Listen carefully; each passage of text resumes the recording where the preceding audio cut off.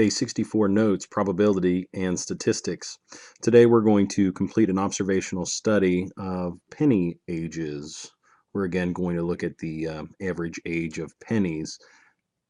So what I'd like for us to do as the day starts is to take the bag of pennies that I have in the classroom and pass them around. And what I'd like to is to have data for each table. So each pair of you that are sitting at a table with one another, you can put your data together. Without reading the dates first, without looking at the dates on the pennies, grab 10 of them out of the bag, and then on a scrap sheet of paper record the ages of the 10 pennies and return them to the bag. And I'm stressing the word ages here because that's going to help us chart this a little bit more clearly.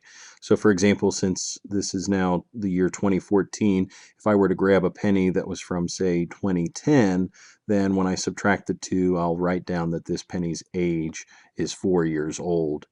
Or if I grabbed a penny that was from 2002, I'm going to write down that this penny is 12 years old. And so I'm looking for 10 ages like this. Now, once your table has 10 ages and they've looked at 10 pennies, put them back into the bag and then pass them on to the next table. And I want every table in the room to have data to work with.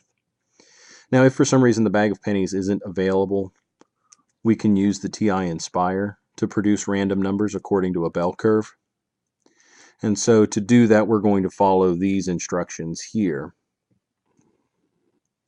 Now I'll talk through them and then I'll show you what it would look like on your screen. My suggestion would be to pause the video at this point and you can read along with the instructions and try this on your own with one of the TI calculators. So to get the dates that we need, we're going to start by typing in 2014 minus. Okay, so this is going to give us the year minus, and then we're going to go into our menu settings. This time we want menu, option 5 for probability, option 4 for random, and option 4 again for normal random. This will produce a series of values that are randomly distributed along a normal bell curve. Now the numbers I want you to provide at this point are 15, 8, 10.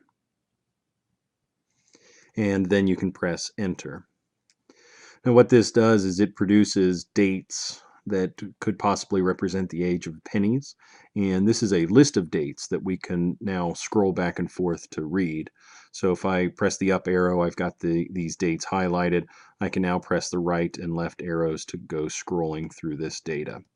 It'll be a little bit easier to use on your handheld calculators because I actually have to tap this button every time to move my cursor. Now all that I'm interested in, though, are the 4-digit dates here in front of each number. I'm not particularly concerned with the decimals at this point. In fact, you can ignore them completely. So for example, this decimal result here, I would write that down as a penny having an age, or at least the penny from the year 2009. This one is a penny from the year 1999. Here's a penny from 1998. And if I scroll over to the next one, I see a penny from 2003, and so on. This number in our command tells us how many pennies to return. And since I want everybody to have 10 pennies, that's why we'll use that there. But again, you should only have to use the TI calculator to get the penny numbers if the bag of pennies was not available in class today. So what I'd like for you to do with those numbers then is to calculate the mean and identify the maximum and minimum dates. This actually should say ages. The mean and the maximum and minimum ages of each of these pennies.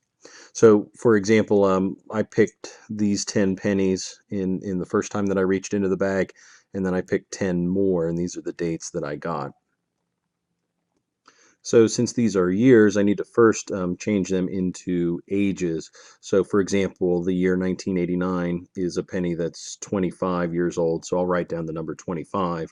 The year 2003 is a penny that's 11 years old. 1998 is a penny that's 16 years old. and so on. So I'm going to pause the video and write in each of these ages.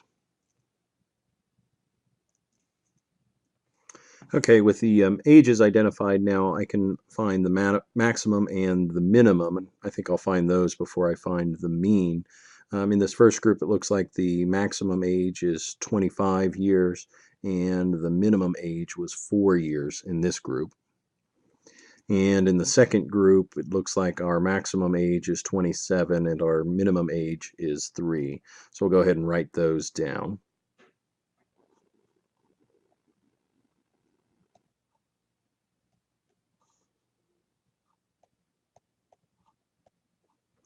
And then I'll use the calculator to find the mean of this group.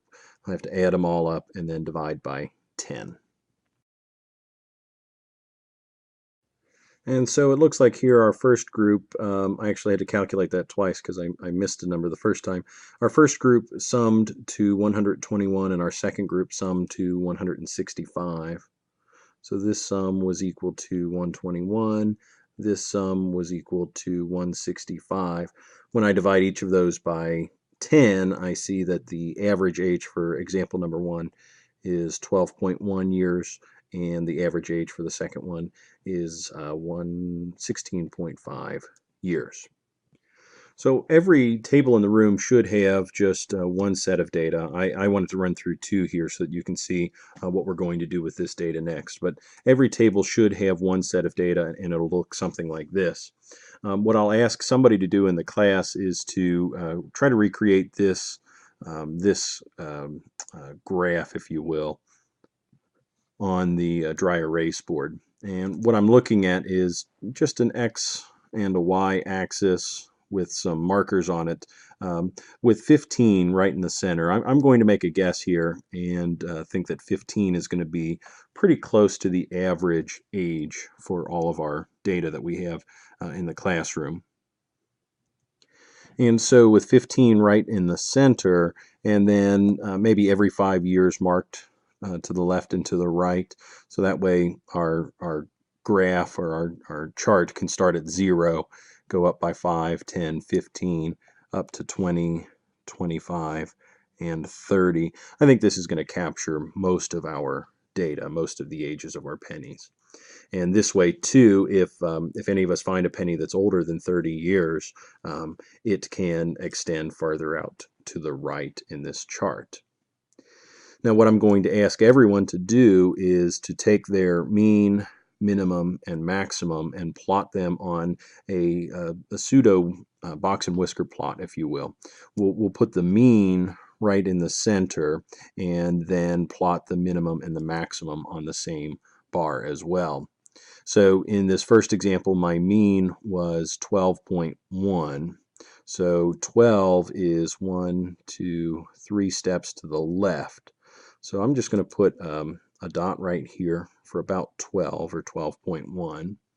And then my minimum was 4 and my maximum was 25. So I'll put another dot over here where 4 is, and I'll put a dot where 25 is. And I'd like to connect these with a line. So it's not really a true box and whisker plot. We only have 3 numbers, and they're not even the same numbers that we would use in a box and whisker plot, but it's somewhat similar. So that's my first example, and in my second example I had an average age of 16.5, a minimum of 3 years, and a maximum of 27 years. So let's plot the 16.5 first. 16.5. So here's 16 years. 16.5 is about halfway in between. I had a minimum age of 3 years and a maximum age of 27 years. And I'll connect those with a line as well.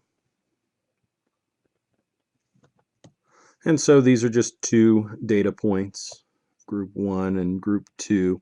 You can label the groups if you'd like in the classroom, but it's not really imperative that you do that. But I would like to see these 3 data points and the lines that connect them for every group that's in the class.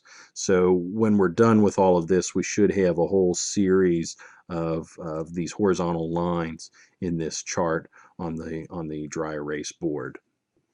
And then if somebody could maybe take a picture of that, or maybe copy it down on a sheet of paper so that we can discuss it tomorrow in class when I'm back in the classroom with you, that would be helpful for us to continue our discussion for the week. And once the observational study is complete for the day, what I would like for you to do is add 2 formulas to your formula sheet and vocabulary sheet from last week. And you can even write the descriptions that go along with them here. So everything in this red box, go ahead and add that to your formula sheet. These are the last 2 formulas that we need to remind ourselves of in order to prepare for our SLO. And so this first formula is for what we call the margin of error. And the second one is for what we call a confidence interval. We started talking a little bit about these last week, but we'll better define them this week. In fact, tomorrow we're going to get into a few examples of each of these calculations.